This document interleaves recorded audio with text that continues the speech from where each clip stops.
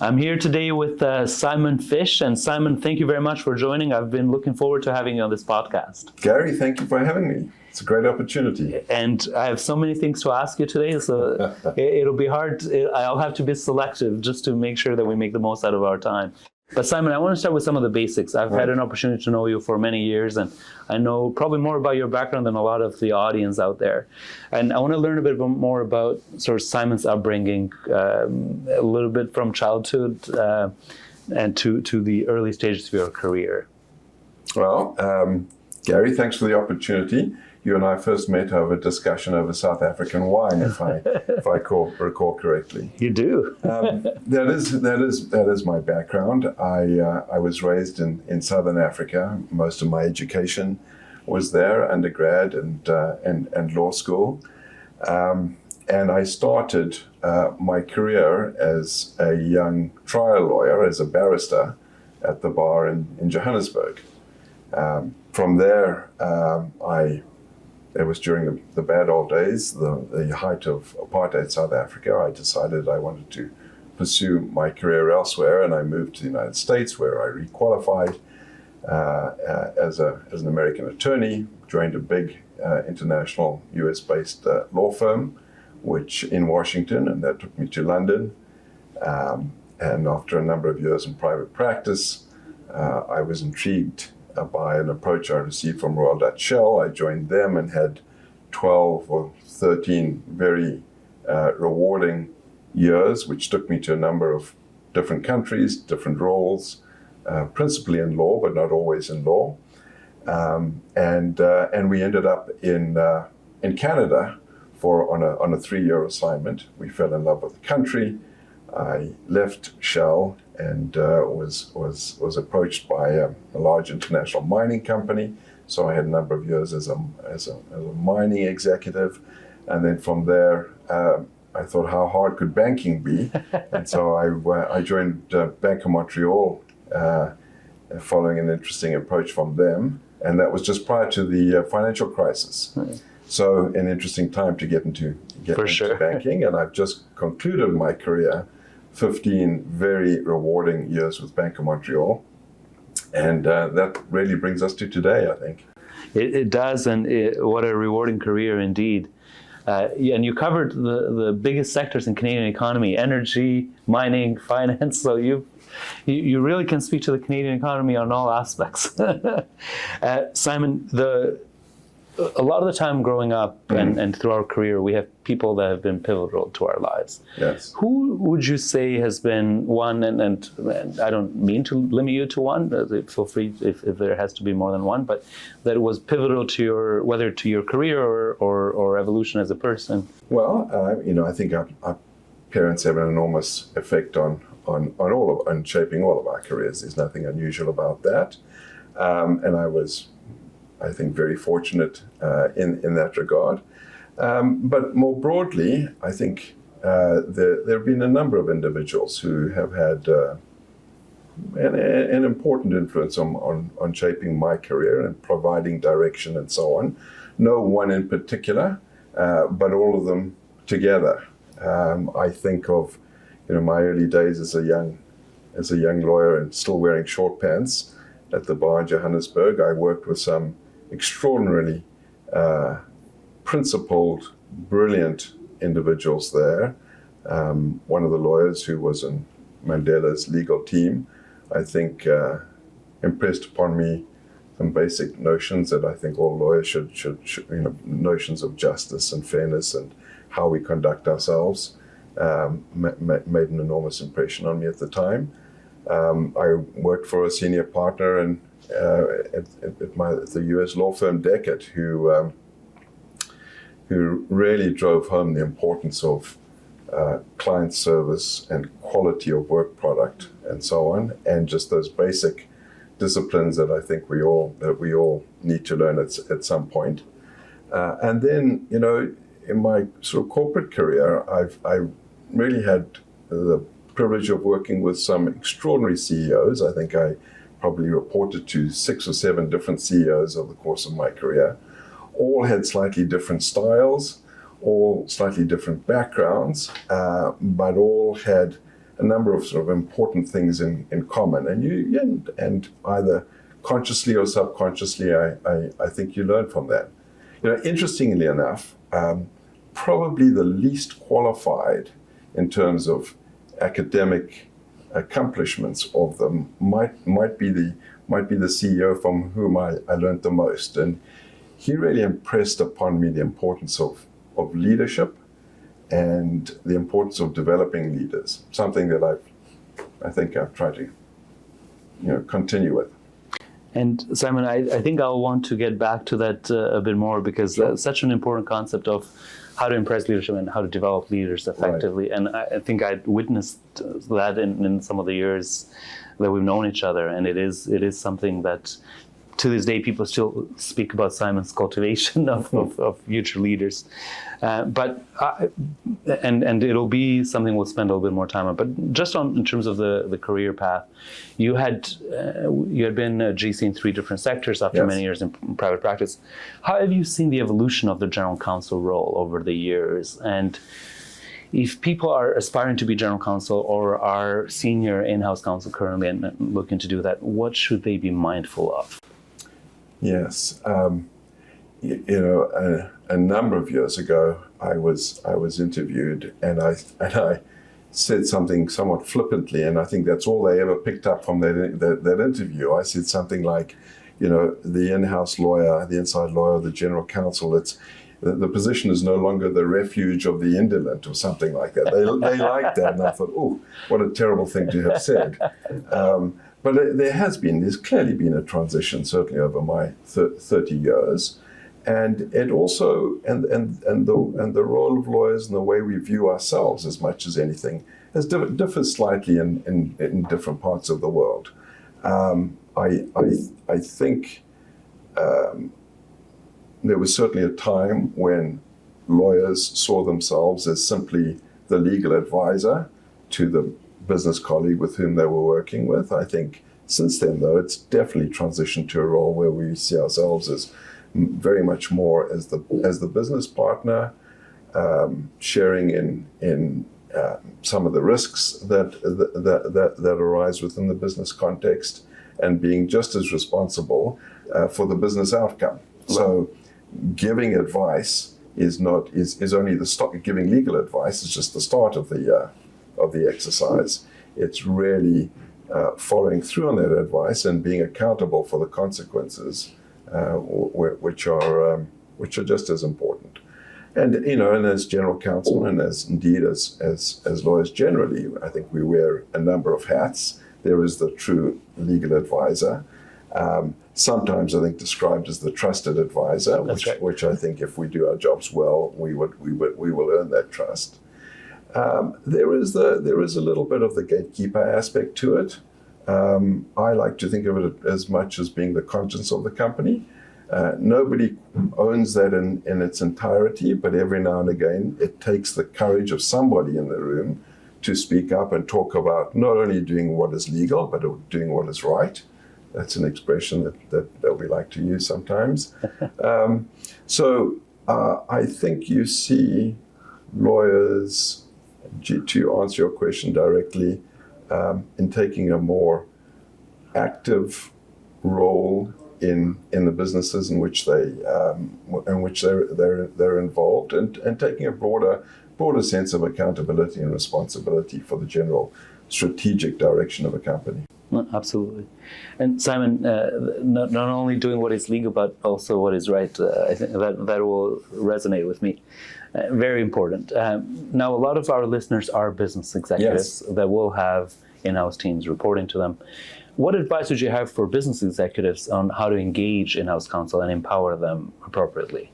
Some of the best opportunities that I had in my career were when the business person for whom I was working with at the time or reporting to simply gave me the task and said, get on with it, and didn't actually make the distinction between looking to me for just providing legal advice on a particular issue, but actually handing over the reins on the entire exercise and saying, well, if you know where I am if you need me.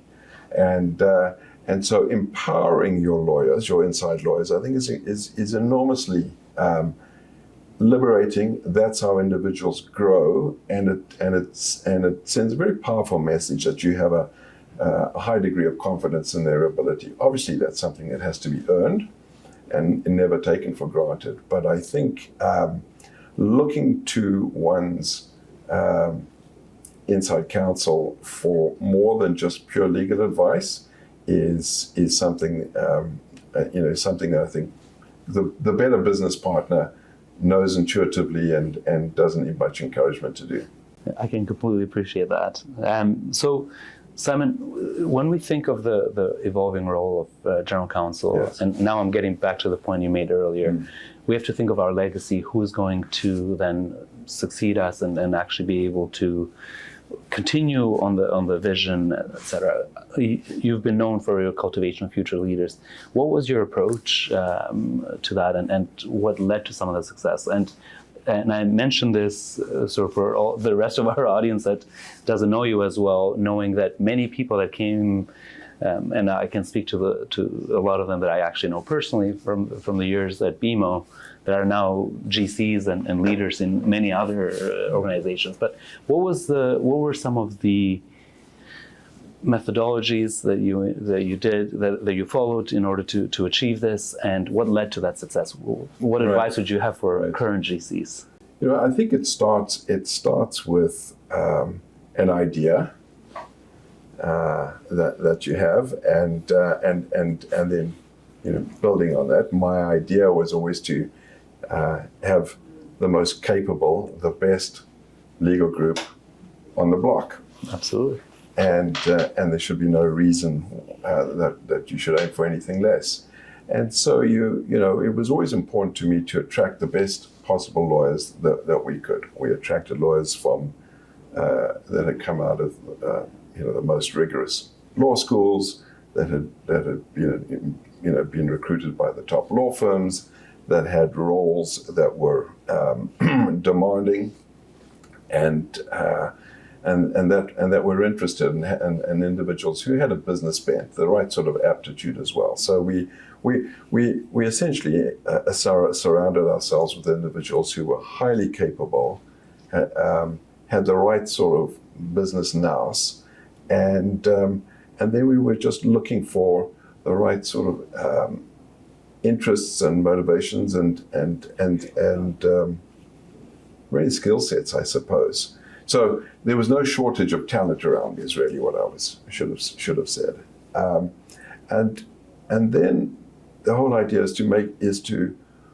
and hiring anyone who was less capable of yourself never made any sense to me. So I always wanted to be in a room where everybody was brighter, more capable, and more driven. And I thought that would be a good start.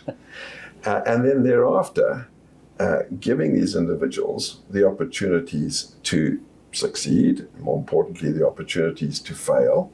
And very rarely did anyone fail. But I think I would always encourage them to do that, to take risks, to look at things a little differently. Never say no. If there was ever a word I was going to ban, it would be the word no. It's always yes, or perhaps we could do it slightly differently, or here's how you would do it. But it was never no to anything, because that's an easy way for lawyers to say, and we never want to become that associated with saying no to a particular course of action.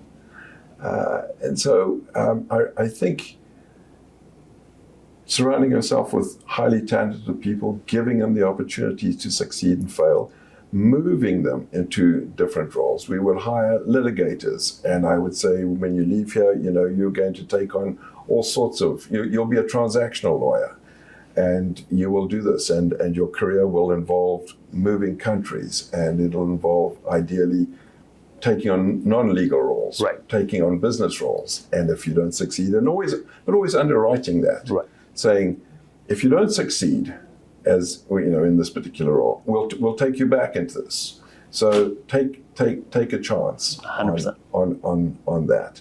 And then over time you watch individuals respond to these opportunities, and I think any manager's job is to present, the company, your manager, the board with choice.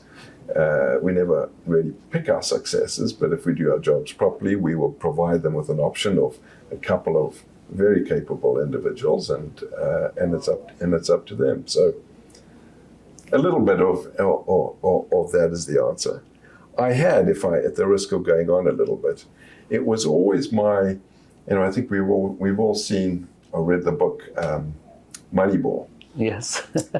So I spent many years looking for the on-base percentage for lawyers.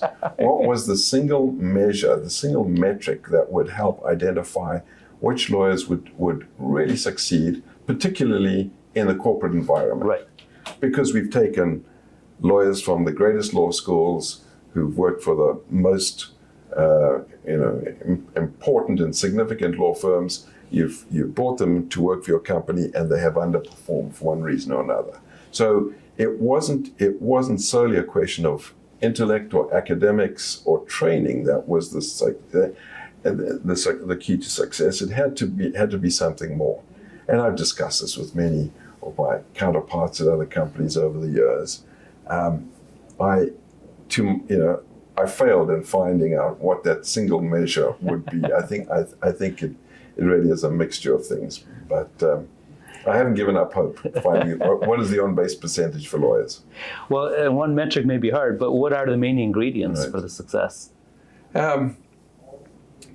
Well, it's some of the things that we have talked about, but assuming that you're given a choice of highly capable, well-trained lawyers with the right sort of aptitude, I think it comes down to some of the softer things around attitude, around character, and values.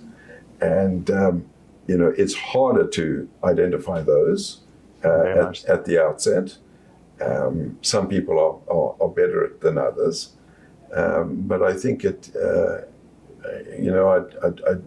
pick the person with the right character over just about anything. I think that's been consistent with many business leaders on this podcast as well. So, and Simon, after this question, I'll pivot a little bit because I feel like you're on the hot seat around what should general counsels know. But because of your career with a variety of organizations, you've also seen the evolution of what GCs have to deal with in the marketplace. So from evolving technology to processes to the business pressures can vary based on what's relevant in so 30 years ago, ESG may have not been as relevant as it is now, for example, and other items. I'm using this strictly as an illustration. So what advice would you have for business leaders, and even more specifically for legal leaders, in terms of how they should stay on top of this evolving needs and really keep evolving themselves to adjust to them? Yes. I mean, nothing is permanent except change. And, that's right. and recognition of that is the starting point. What may have ebbed and flowed but has never gone away. Every GC faces the challenge of having to do more with less, right? We're constantly having to be innovative. We're constantly having to be more efficient in the use of our time and ultimately being more productive. And of course, that's entirely fair because every business leader faces exactly the same challenges. And so we should be, I think, subjected to the same exacting standards. The practice of law and the demands of the business change. The practice, the introduction of technology generally and AI in particular, I think is definitely got lawyers thinking about how they're going to do their jobs differently and more efficiently. Some see threats in AI, some see opportunities, and I'm sure ultimately there's a question of both. One of the approaches that I sort of took with the different roles that I had was to designate a lawyer or a couple of lawyers with responsibility for innovation in how we practiced our trade, our craft. and then what has become known as legal operations. But when I started doing it didn't have a name. That's right.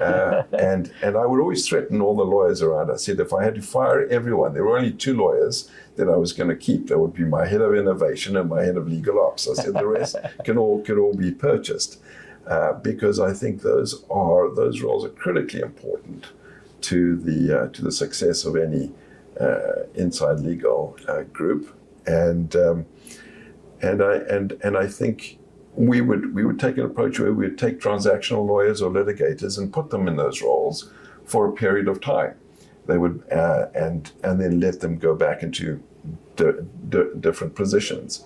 It would change their perspective on how they were doing their jobs and how they were responding to perhaps the needs of the businesses and so on. And then, of course, the ultimate was being able to move a lawyer into a business role for a number of years, either to stay in that role and hopefully be a successful businessman, or return into the legal team with a better appreciation of some of the challenges that one faced in a sales or manufacturing position. No, and it's I think that placing them in a business role is critically important to the point you made earlier, that to not be the department that just says no, which is often what legal departments were known for, and that became an impediment to business and try to avoid legal altogether. Simon, certainly you would have had challenges throughout your career, and many of them you would have learned a lot from. But if you were to pick one challenge that you learned a lot from, and that was whether pivotal or but just a key learning experience, what would you say? And feel, if it has to be more than one, no, it's not a problem. But just we learn from our failures and from our problems. So what would you be able to pick one to say I learned a lot from this particular challenge? Well, ideally, one never stops learning. That's right. And you learn from both those headline-grabbing events, but also just the smaller individual internal inter-office interactions that occur, 100 times a day. Something that I've talked about in the past was occurred shortly after I joined Shell in London as a youngish lawyer, where I learned of an incident that had occurred at one of Shell's trading companies. This one is in Japan. This is well documented, so I'm comfortable talking about it, where the company had been accused, rightly so, of some financial wrongdoing. There was some trading nonsense, and the company was prosecuted along with the wrongdoers and so on, and that was all ultimately resolved as it should have been. But the judge overseeing this whole approach in the end, in his sort of final summing up of the suit that ultimately arose from this, was highly critical of the lawyers. And in fact, the press picked up on that, and the headline on this particular day was, "Where were the lawyers?"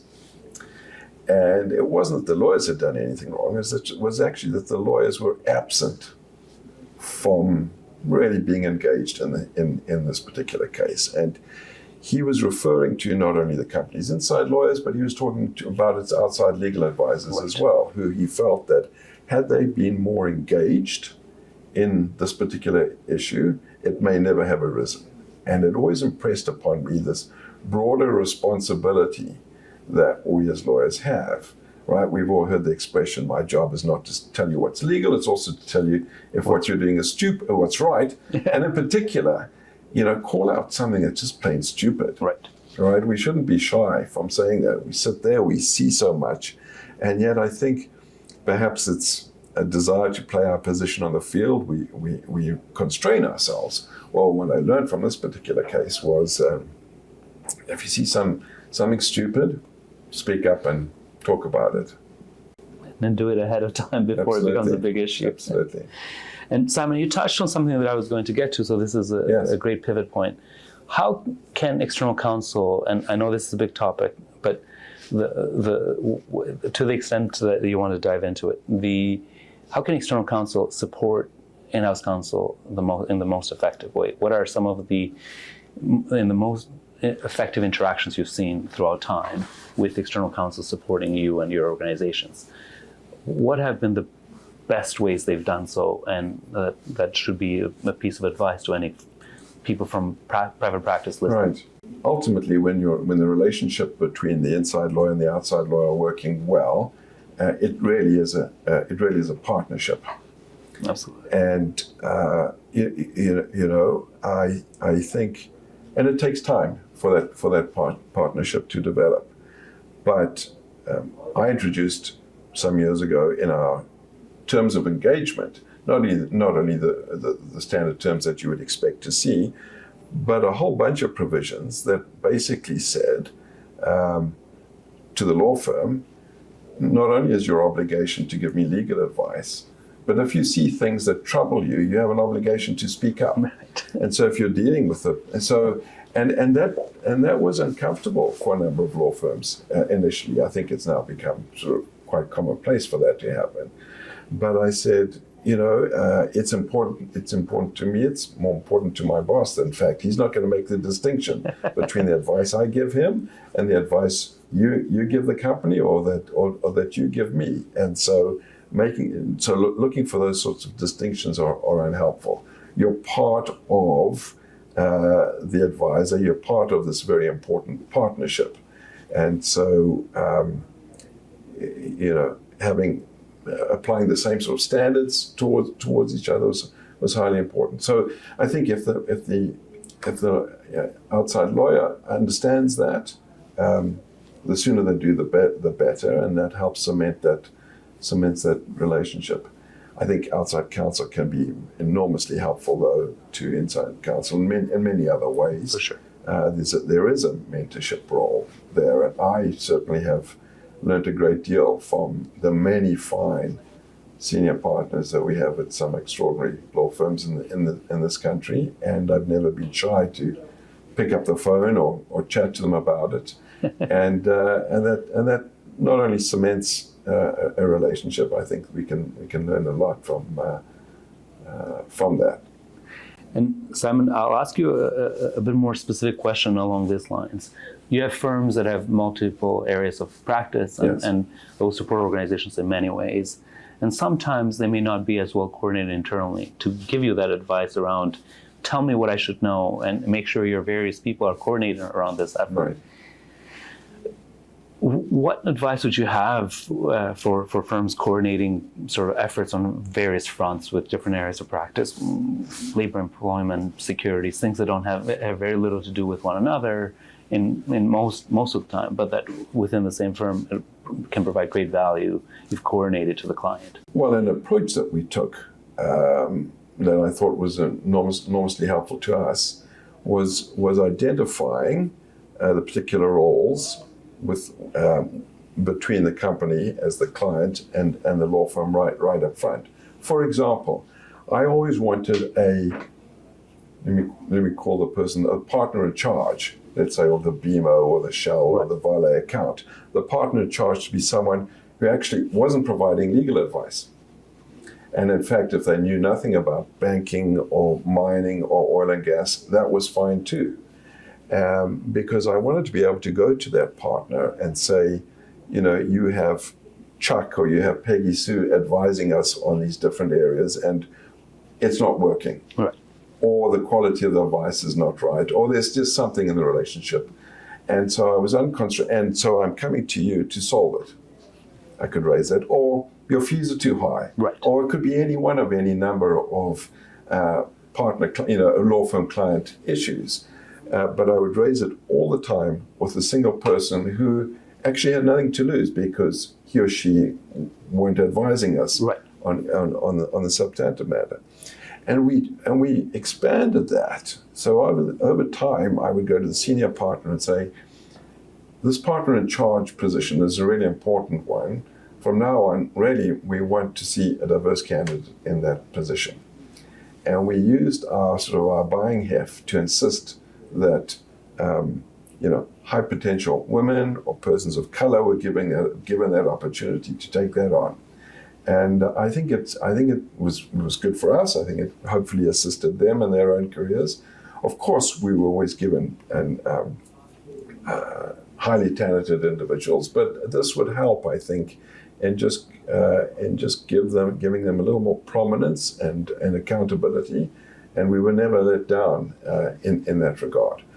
Flip side of the same coin, I didn't want, for example, the lawyer who was advising BMO to be the partner in charge just as a reward for 20 years of giving advice on derivatives trading. Right.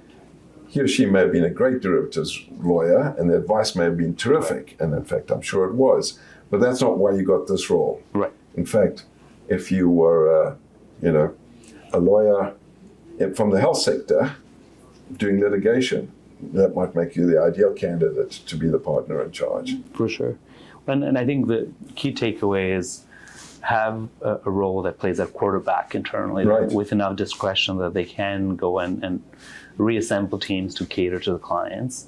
And ideally, playing on make sure that they have the diverse background, because that also brings a perspective that they wouldn't have. Absolutely. Otherwise. Well put. Well, and it resonates, and so as we think of this podcast, and as people listen to it, I'm like, these are critical. And Simon, there are a lot of things I want to ask you, and I'm constrained with time. They keep our marketing team keeps me on my toes. We may start losing our audience any minute now. The 2 or 3 people that are still left. And I will go to what we call our rapid fire questions in a moment. But what I wanted to ask you just before I go to that is, what if you were to leave our audience? So think of them as anything from business executives to lawyers, etc., with a few tips that have made you successful, or that you'd recommend, that you've observed over time. What would they be? It could be one or more, but it's an opportunity to leave them a few words of advice. From your many years. Right, I have to be cautious on this. I'm not sure I have many pearls of wisdom. Oh, yes, you do. To be honest, probably one, and my team have heard me say this many times. It's it would be to say yes to everything. Say yes to every opportunity that comes your way, and in particular, those opportunities for which you feel the most ill-equipped. Those are the ones that you should say yes to. Yep. It certainly worked for me. I have to say, the number of roles that I took on for which I was most unsuitable, for which I was the least qualified, but I was happy to raise my hand, always paid off in the long term. And whether that's simply confined to taking on a particular assignment, or taking on a position within the company, or taking on an overseas posting, quite frankly. Those ones, it does mean a little bit of hardship, perhaps, but is perhaps not the right word. It does bring an element of uncertainty to one's family life. They never know quite what you're going to come home with from day to day. But in my case, I think I'd say it's all been very rewarding. So yes, that would be my tip. Yeah. Say yes to everything, and things will work out. And figure it out in the process, but certainly take the challenge. Absolutely. And Simon, I'll move on to our rapid fire questions. These are meant to be just quick, whatever comes. It's a fun part of the podcast. Right. First thing that comes to mind, and not something we want to overthink. What is your favorite word? My favorite word? Yes. I've already failed, right? This is meant to be rapid fire, and here I am stopping to think about it. I have a habit of introducing sporting expressions into everything that I do, and I don't know that it's always helped, and I always default to my favorite sports, rugby and cricket, which have left a few of my colleagues looking a little puzzled. So I talk about a sticky wicket from time to time. I talk about getting in the scrum together. And by and large, I think my actions and hand gestures generally indicate what I have in mind. So those are more phrases or so on. But I'd say, sticky wicket, getting in the scrum together. I like that. Now, what is one word you hate? Oh, gosh. There's lots of business jargon, right? I worked with a fellow who would always say, "It is what it is, Simon." And I had no idea what that expression meant. That's not a word. It's an expression. It is what it is. It always struck me as the most unhelpful expression of all time. Yeah. And so, it is what it is. Right. How status quo. That's right. And it was slightly defeatist as well. Absolutely. And I never accepted that. I may have to add that to my to my list.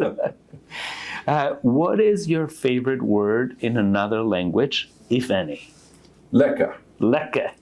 You may know that. It's all right. It's good. Exactly. You're right. So lekker, for those who don't know, is an Afrikaans word.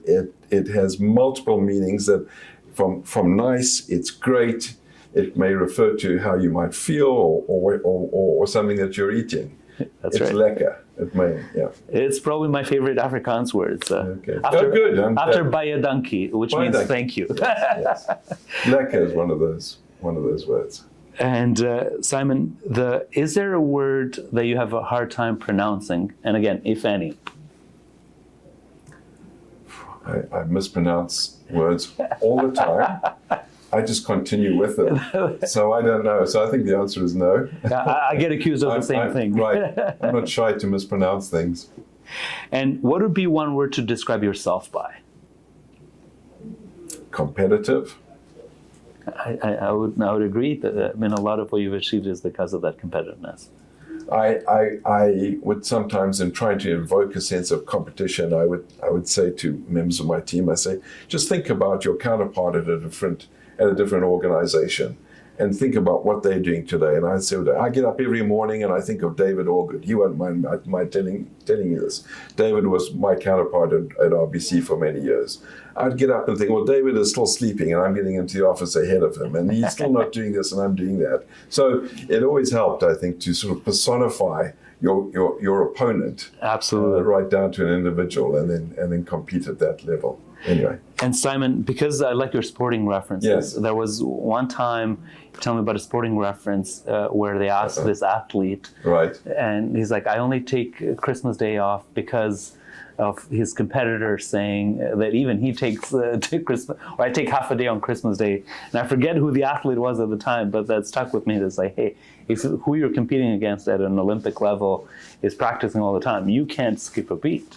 That was the British athlete, Daley Thompson. That's what it was. Who I think won 2 or 3 gold medals over consecutive Olympics, who during his time was competing with a German decathlete. Both extraordinary. And Daley Thompson, in response to a particular question, said he was asked about his training regimen, and Thompson said, well, I train twice a day. In the morning, I have a particular program that I follow. I take a couple of hours rest, and in the afternoon, I repeat it, or something to that effect. And I do that 364 days a year. And he said, on Christmas Day, I only do it once a day. And when asked why, he said, because not even Jürgen is training on Christmas Day. That's what there's, but that stuck with me. So right. Your sporting references resonate, and you should continue to use them.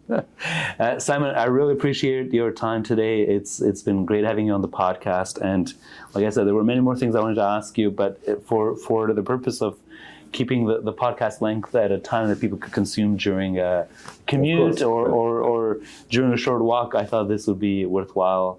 And really appreciate the time. And for all our listeners, you can subscribe to Firing on All Syllables and make sure to hear great podcasts like the one with Simon today.